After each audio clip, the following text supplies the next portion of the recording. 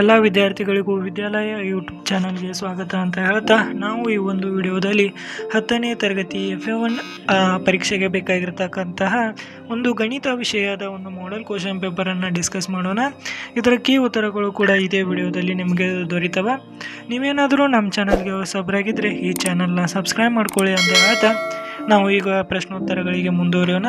ಇಲ್ಲಿ ಮೊದಲನೇದಾಗಿ ಈ ಕೆಳಗಿನ ಪ್ರಶ್ನೆಗಳಿಗೆ 4 ಪರ್ಯಾಯ ಉತ್ತರಗಳನ್ನು ನೀಡಲಾಗಿದೆ.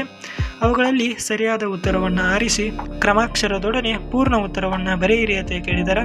ಇಲ್ಲಿ 3 ಬಹು ಆಯ್ಕೆಯ ಪ್ರಶ್ನೆಗಳನ್ನು ಕೊಟ್ಟಿರ್ತಾರೆ. ಅದರಲ್ಲಿ ಮೊದಲನೇ ಪ್ರಶ್ನೆಯನ್ನು ನೋಡೋದಾದ್ರೆ, ಯಾವುದೇ 2 ಕ್ರಮಾನುಗತ ಸ್ವಾಭಾವಿಕ ಸಂಖ್ಯೆಗಳ ಮಸಾವು ಎಷ್ಟಾಗಿರ್ತದೆ ಅಂತ ಕೇಳಿದ್ದಾರೆ. 2 ಅನುಕ್ರಮ ಸ್ವಾಭಾವಿಕ ಸಂಖ್ಯೆ ಯಾವಪ್ಪ ಅಂದ್ರೆ 1 ಮತ್ತು 2. ಇದ್ರ ಮಸಾವನ್ನು ನೋಡೋದಾದ್ರೆ 2 ಒಂದ ಮಗ್ಗಿಲ ಭಾಗ ಹೋಗ್ಬೇಕು. ಅದೇ ಆದಪ್ಪ ಅಂದ್ರೆ ಒಂದೇ ಐತಿ, ಅದು 1. ಅದರಿಂದ ಆಪ್ಷನ್ ಬಿ ಏನಾಗಿರ್ತದಪ್ಪ ಅಂದ್ರೆ ಸರಿಯಾದ ಉತ್ತರವಾಗಿರ್ತದೆ.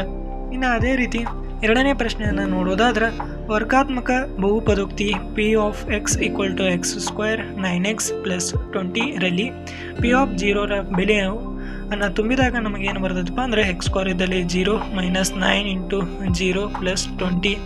ಅದರಿಂದ ನಮಗೆ ಇವೆಲ್ಲವೂ 0 ಆಗಿರ್ತವೆ, +20 ಅಂತ ಉಳಿತೈತಿ. ಅದರಿಂದ ಆಪ್ಷನ್ ಎ ಇದು ಸರಿಯಾದ ಉತ್ತರವಾಗಿರುತ್ತದೆ.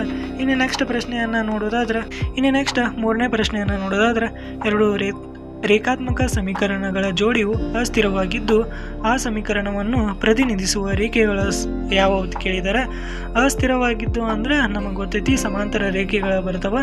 ಆದ್ದರಿಂದ ಆಪ್ಷನ್ ಸಿ ಇದಕ್ಕೆ ಸರಿಯಾದ ಉತ್ತರವಾಗಿರುತ್ತದೆ. ಇನ್ನು ನೆಕ್ಸ್ಟ್ ಪ್ರಶ್ನೆ 2, ಈ ಕೆಳಗಿನ ಪ್ರಶ್ನೆಗಳಿಗೆ ಉತ್ತರಿಸಿ ಅಂತ ಕೇಳಿದರೆ 1 ಮಾರ್ಕ್ಸಿನ ಪ್ರಶ್ನೆ ಇರ್ತಾವ, 3 ಪ್ರಶ್ನೆಗಳಿರ್ತಾವ, ಒಂದೊಂದಕ್ಕೂ 1 ಮಾರ್ಕ್ಸ್. ಇನ್ನು ನೆಕ್ಸ್ಟ್ 4ನೇ ಪ್ರಶ್ನೆಯನ್ನು ನೋಡೋದಾದ್ರೆ, 200 = 2m × 2n, ಆದರೆ m ಮತ್ತು n ನ ಬೆಲೆಯನ್ನು ಕಂಡುಹಿಡಿಯಿರಿ ಅಂತ ಕೇಳಿದ್ದಾರೆ. ಇದರ ಉತ್ತರವನ್ನು ನೋಡೋದಾದ್ರೆ, ನೀವಿಲ್ಲಿ ನೋಡಬಹುದು 200 ಒಂದು ಅವಿಭಾಜ್ಯ ಅಪವರ್ತನಗಳು ಯಾವ್ಯಾವಪ್ಪ ಅಂದ್ರೆ 2 × 2 × 2 × 5 × 5 ಅಂದ್ರೆ 2 3 ಸಲ ಗುಣಿಸಿದಾಗ ಮತ್ತು 5ನ್ನು 2 ಸಲ ಗುಣಿಸಿ ಅವನ್ನೆರಡು ಇಂಟು ಮಾಡಿದಾಗ ನಮಗೆ 200 ಉತ್ತರ ಬರ್ತದೆ.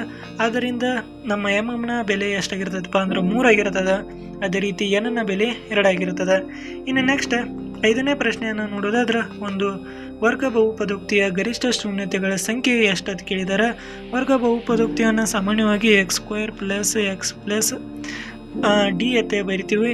ಇಲ್ಲಿ ಬಹುಪದೋಕ್ತಿಯ ಗರಿಷ್ಠ ಶೂನ್ಯತೆಗಳು ಅದರ ಎಷ್ಟು ಡಿಗ್ರಿ ಇರ್ತದಲ್ಲ ಅದಾಗಿರ್ತದೆ. ಆದ್ದರಿಂದ ಇಲ್ಲಿ 2 ಅನ್ನೋದು ಅದರ ಗರಿಷ್ಠ ಡಿಗ್ರಿ, ಆದ್ದರಿಂದ ಶೂನ್ಯತೆಗಳು 2 ಆಗಿರ್ತವೆ. ಅದೇ ರೀತಿ 6ನೇ ಪ್ರಶ್ನೆಯನ್ನು ನೋಡೋದಾದ್ರೆ, p(x = 2x² - 9x + 10) ಈ ಬಹುಪದೋಕ್ತಿಯ ಶೂನ್ಯತೆಗಳ ಗುಣಲಬ್ಧವನ್ನು ಕಂಡುಹಿಡಿಯಿರಿ ಅಂತ ಕೇಳಿದ್ದಾರೆ. ಶೂನ್ಯತೆಗಳ ಗುಣಲಬ್ಧವನ್ನು ನೋಡೋದಾದ್ರೆ c/a. ಇಲ್ಲಿ c ಅಂದ್ರೆ ಇದನ್ನ ಹೆಂಗೆ ಬರಿಬೋದು ಅಂದ್ರೆ, ಇದು ax² + bx + c ಆಗಿರ್ತದೆ. ಅಂದರೆ ಇಲ್ಲಿ a ನ ಬೆಲೆ ಎಷ್ಟಾಗಿರ್ತದಪ್ಪ ಅಂದ್ರೆ 2 ಆಗಿರ್ತದೆ. ಅದೇ ರೀತಿ ಸಿ ನ ಬೆಲೆ ಎಷ್ಟಾಗಿರ್ತದೆ 10 ಆಗಿರ್ತದೆ.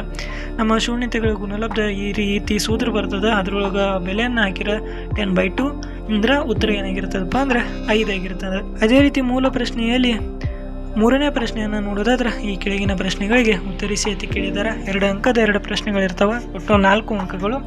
ಇಲ್ಲಿ ಮೊದಲನೇದ 7ನೇ ಪ್ರಶ್ನೆಯನ್ನು ನೋಡೋದಾದ್ರೆ, 6 + √2 ಒಂದು ಅಭಾಗಲಬ್ಧ ಸಂಖ್ಯೆ ಎಂದು ಸಾಧಿಸಿ ಅಂತ ಕೇಳಿದ್ದಾರೆ. ಇದು ತುಂಬಾ ಇಂಪಾರ್ಟೆಂಟ್ ಆಗಿರ್ತದೆ. ಇದಂತರೂ ಪಿಕ್ಸ್ ಎಲ್ಲ ಪೇಪರ್ಗೂ ಬರುತ್ತದೆ. ಆದ್ದರಿಂದ ಇದನ್ನು ನೀವು ಪ್ರಾಕ್ಟೀಸ್ ಮಾಡ್ಕೊಂಡವ್ರಿ. ಇಲ್ಲಿ ಸಾಧನೆ 6 + √2 ಒಂದು ಅಭಾಗಲಬ್ಧ ಸಂಖ್ಯೆ ಎಂದು ಭಾವಿಸೋಣ. ಅದೇ ರೀತಿ ಆಗ 6 + √2 = a/b. ಇಲ್ಲಿ a ಮತ್ತು b ಸಹ ಒಂದು ಅವಿಭಾಜ್ಯ ಸಂಖ್ಯೆಗಳು. b is not equal to 0. ಅದೇ ರೀತಿ √2 = a/b - 6. ಇನ್ನು ಅದೇ ಮುಂದುವರೆದ್ರೆ √2 = a - 6b / b. ಇಲ್ಲಿ a - 6b / b ಒಂದು ಭಾಗಲಬ್ಧ ಸಂಖ್ಯೆಯಾಗಿದೆ. ಆದರೆ √2 ಒಂದು ಅಭಾಗಲಬ್ಧ ಸಂಖ್ಯೆ ಎಂದು ನಮಗೆ ತಿಳಿದಿದೆ. ಇದು ನಮ್ಮ ಊಹೆಗೆ ವಿರೋಧಾಭಾಸವಾಗಿದೆ. ಆದ್ದರಿಂದ 6 + √2 ಒಂದು ಅಭಾಗಲಬ್ಧ ಸಂಖ್ಯೆಯಾಗಿದೆ ಅಂತೇಳಿ ನಾವು ಈ ರೀತಿ ಬರೀಬೇಕಾಗುತ್ತೆ. ಇನ್ನು ಅದೇ ರೀತಿ 8ನೇ ಪ್ರಶ್ನೆಯನ್ನು ನೋಡೋದಾದ್ರೆ, 2x + y = 0 ಮತ್ತು x - y = 2 ಈ ಸಮೀಕರಣದ ವರ್ಜಿಸುವ ವಿಧಾನದಿಂದ ಬಿಡಿಸಿರಿ ಅಂತ ಕೇಳಿದ್ದಾರೆ. ಇಲ್ಲಿ ಸಮೀಕರಣ 1 ನೋಡೋದಾದ್ರೆ 2x + y = 10, ಸಮೀಕರಣ 2 x - 2. ಇನ್ನು ಸಮೀಕರಣ 1 ಮತ್ತು 2 ಕೂಡಿಸಿದಾಗ ನಮಗೇನು ಬರ್ತೈತಿ 3x ಈಕ್ವಲ್ ಟು 12. ಅದೇ ರೀತಿ ಎಕ್ಸ್ ಅಂದ್ರೆ 4. ಈ ಬೆಲೆ x ಈಕ್ವಲ್ ಟು 4 ಸಮೀಕರಣ 2ರಲ್ಲಿ ಆದೇಶಿಸಿದಾಗ y minus 4 minus y equal to 2 ಅಂದ್ರೆ y ಈಕ್ವಲ್ ಟು 8 ಬರ್ತೈತಿ 2 ಬರ್ತದೆ. ಇದನ್ನು ಹೆಂಗೆ ಬಿಡಿಸೋದಪ್ಪ ಅಂದ್ರೆ ವರ್ಜಿಸುವ ವಿಧಾನ 2x plus y equal to 10. ಅದೇ ರೀತಿ ಎರಡನೇ ಸಮೀಕರಣವನ್ನು ನೋಡಿದಾಗ x minus y equal to 2 ಆಗಿರ್ತದೆ. ಇದರ ಚಿಹ್ನೆಗಳನ್ನು ಬದಲಾಯಿಸೋದೇನು ಬೇಕಾಗಿಲ್ಲ, ಪ್ಲಸ್ ಮತ್ತು ಮೈನಸ್ ಕ್ಯಾನ್ಸಲ್ ಆಗುತ್ತೆ. ಇದು 3x ಈಕ್ವಲ್ ಟು 10 12 ಆಗುತ್ತೆ. 3 1 3 4 ಅಂದರೆ x ಈಕ್ವಲ್ ಟು 4 ಆಗುತ್ತೆ. x ಈಕ್ವಲ್ ಟು 4 ಈ ಸಮೀಕರಣದಾಗ ಅಥವಾ ಈ ಸಮೀಕರಣದಾಗ ತುಂಬಿರೋ ನಮಗೆ y ಈಕ್ವಲ್ ಟು 2 ಅನ್ನೋದು ಆನ್ಸರ್ ಬರ್ತದೆ.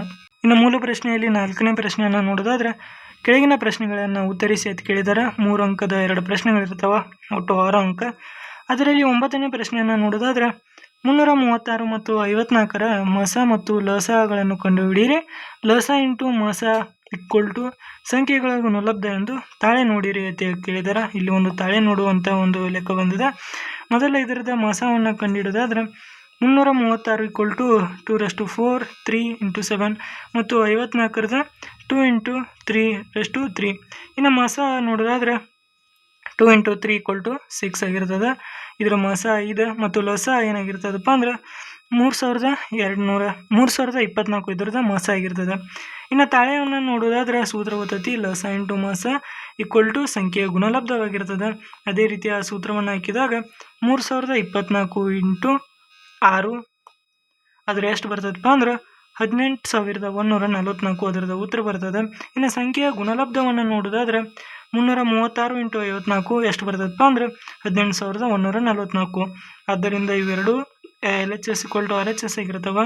ಆದ್ದರಿಂದ ಇದು ತಾಳೆ ಈ ರೀತಿ ಬರ್ತದೆ. ನೆಕ್ಸ್ಟ್ ಪ್ರಶ್ನೆ 10ನೇ ಪ್ರಶ್ನೆಯನ್ನು ನೋಡೋದಾದ್ರೆ ಶೂನ್ಯತೆಗಳ ಮೊತ್ತ 7 ಮತ್ತು ಗುಣಲಬ್ಧ 12 ಆಗಿರುವ ಒಂದು ವರ್ಗ ಬಹುಪದೋಕ್ತಿಯನ್ನು ಬರೆಯಿರಿ ಹಾಗೂ ಶೂನ್ಯತೆಗಳನ್ನು ಕಂಡುಹಿಡಿಯಿರಿ ಅಂತ ಕೇಳಿದ್ದಾರೆ.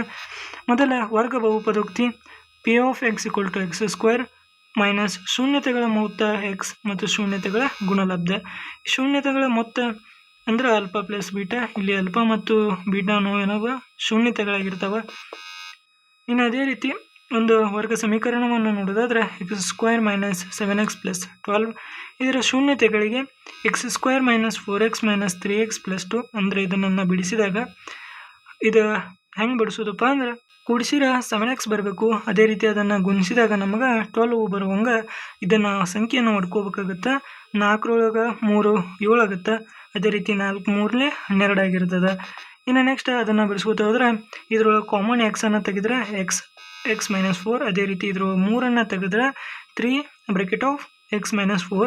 ಇನ್ನು ನಾವು ಎರಡು ಬ್ರೆಕೆಟ್ನ 1 ಮತ್ತು ಬ್ರೆಕೆಟ್ನ ಹೊರಗಿದ್ದು 1 ಮಾಡಿದರೆ x ಮೈನಸ್ 4 ಮತ್ತು x ಮೈನಸ್ 3 ಈಕ್ವಲ್ ಟು 0. ಶೂನ್ಯತೆಗಳು ಏನಪ್ಪ ಅಂದ್ರೆ 4 ಮತ್ತು 3 ಆಗುತ್ತೆ. ಇನ್ನು ಮೂಲ ಪ್ರಶ್ನೆಯಲ್ಲಿ 5ನೇ ಪ್ರಶ್ನೆ ಕೆಳಗಿನ ಪ್ರಶ್ನೆಗಳಿಗೆ ಉತ್ತರಿಸಿ ಅಂತ ಕೇಳಿದ್ದಾರೆ. ಇದು 4 ಅಂಕದ ಒಂದು ಪ್ರಶ್ನೆ ಇರ್ತದೆ. ಆ ಪ್ರಶ್ನೆಯನ್ನು ನೋಡೋದಾದ್ರೆ x plus 2y equal to 6 ಮತ್ತು x plus y equal to 5 ರೇಖಾತ್ಮಕ ಸಮೀಕರಣಗಳನ್ನು ಜೋಡಿಗೆ ನಕ್ಷೆ ವಿಧಾನದಿಂದ ಪರಿಹಾರ ಕಂಡುಹಿಡಿಯಿರಿ ಅಂತ ಕೇಳಿದ್ದಾರೆ. ಒಂದು ನಕ್ಷೆಯನ್ನು ಹಾಕಬೇಕಾಗುತ್ತೆ ಅಂದ್ರೆ ಗ್ರಾಫ. ಇನ್ನು ಇಲ್ಲಿ ನಾವು ಉತ್ತರವನ್ನು ನೋಡೋದಾದ್ರೆ ಮೊದಲ x plus 2y equal to 6 ಅದರ ಬೆಲೆಯು ಒಂದು ಮೊದಲ ಇಲ್ಲಿ x ಇದ್ದಲ್ಲಿ 0 ತುಂಬಿರ y ಬೆಲೆ ನಮಗೇನು ಬರ್ತದೆ 3 ಬರ್ತದೆ. ಅದೇ ರೀತಿ y ಬೆಲೆ ನಾವು 0 ತುಂಬಿದಾಗ x ಬೆಲೆ 6 ಬರ್ತದೆ ಮತ್ತು y ಬೆಲೆಯನ್ನು 1 ತುಂಬಿದಾಗ ನಮಗೆ x ಬೆಲೆ ಏನಾಗುತ್ತೆ 4 ಬರ್ತದೆ. ಅದನ್ನು ಇಲ್ಲಿ ಕೊಟ್ಟಿದ್ದಾರೆ. ಈ ರೀತಿ ಸಮೀಕರಣಗಳು ಬರ್ತಾವೆ. ಇನ್ನು ನೆಕ್ಸ್ಟ್ ಎರಡನೇ ಸಮೀಕರಣವು ಕೂಡ ಆ್ಯಸ್ ಇಟ್ ಈಸ್ 0 5 0 5 0 ಮತ್ತು 4 1 ಇದು ಈ ರೀತಿ ಅದರ ಉತ್ತರಗಳು ಬರ್ತಾವೆ. ಇನ್ನು ಎರಡು ಈ ರೇಖಾತ್ಮಕ ಸಮೀಕರಣ 4.1 ಬಿಂದುವಿನಲ್ಲಿ ಛೇದಿಸ್ತಾವ. ಇನ್ನು ನೆಕ್ಸ್ಟ್ ಇದರ ಪರಿಹಾರ x ಈಕ್ವಲ್ ಟು 4 ಮತ್ತು y ಈಕ್ವಲ್ ಟು 1. ಇಲ್ಲಿಗೆ ನಿಮ್ಮ 10ನೇ ತರಗತಿಯ ಒಂದು ಗಣಿತ ಒಂದು ಮಾಡೆಲ್ ಕ್ವಶನ್ ಪೇಪರ್ ಮುಕ್ತಾಯಗೊಂಡಿದ್ದು. ನೀವೇನಾದರೂ ನಮ್ಮ ಚಾನಲ್ಗೆ ಹೊಸಬರಾಗಿದ್ದರೆ ಚಾನಲ್ನ ಸಬ್ಸ್ಕ್ರೈಬ್ ಮಾಡ್ಕೊಳ್ಳಿ ಅಂತ ಹೇಳ್ತಾ ಈ ವಿಡಿಯೋನ ಇಲ್ಲಿಗೆ ಎಂಡ್ ಮಾಡ್ತಾ ಇದ್ದೀವಿ. ಧನ್ಯವಾದಗಳು.